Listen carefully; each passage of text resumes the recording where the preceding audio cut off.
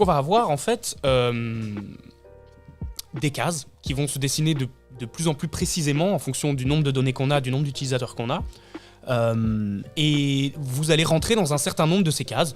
Par exemple, ça peut être gamer, ça peut être, je sais pas moi, fan de water polo. Enfin, ça peut être plein de choses en fait. Plus il y a d'utilisateurs, etc., plus il y a des cases qui se mettent, et plus du coup l'algorithme, c'est en gros ce qui va traiter les données, lui donner une valeur un petit peu. C'est une espèce de machine dans laquelle on envoie les données brutes, genre j'ai joué à League of Legends à 19h56 hier, ce mec est un joueur de League of Legends régulier parce que tac tac tac tac il a joué plein de fois à League of Legends, etc. Ça c'est l'algorithme qui se charge de les traiter. On entend aussi beaucoup parler d'algorithme. Mais donc cet algorithme, il va transformer ces données et il va en faire des petites cases dans lesquelles vous allez rentrer, etc. pour déterminer qui vous êtes en fonction de votre activité sur Internet. Et ça marche plutôt bien. Hein. Oui. Ça marche plutôt bien. Alors, on va parler d'un dernier concept pour vous expliquer à quel point, comment ces données sont classées et font plein de petites cases. C'est ce qu'on appelle l'effet de réseau.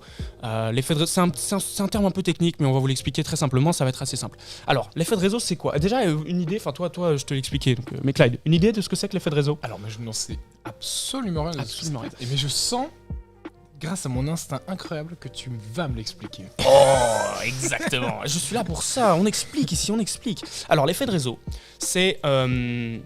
ça marche globalement sur un graphique d'une exponentielle. Pour les non-matheux, vous inquiétez pas, ça arrive. En gros, ouais, le principe, c'est que l'effet de réseau, ça va être une espèce de règle, de loi qui va dire que plus il y a d'utilisateurs de quelque chose, plus il y a de connexions entre eux. Par exemple, si on a 2 utilisateurs d'un service, il y a une seule connexion entre les deux. Prenons une ligne téléphonique par exemple. S'il y avait que 2 téléphones dans le monde, entre Poutine et Trump par exemple, il n'y a que Poutine et Trump qui peuvent s'appeler, donc ça fait une communication possible. Par contre, s'il y a 4 téléphones dans le monde, là ça commence à faire beaucoup plus, parce que ça nous fait qu'il y a 16 possibilités de liens entre les deux, etc., etc., etc. Par exemple, pour 100 téléphones, il y a 10 000 communication possible entre les utilisateurs. Et en fait, c'est ça qui va créer de plus en plus de cases, c'est que plus il y a d'utilisateurs, plus il va y avoir des petites cases qui vont se dessiner, parce que il va y avoir de plus en plus de données qui vont être rajoutées aux autres, et plus il y a de données différentes, et plus il y a des petites cases qui se dessinent. C'est clair ? Oui, tout à fait. Oui, tout à fait. Oui. Donc en gros, c'est ce qui explique que plus il y a de données, plus il y a de petites cases et plus c'est précis.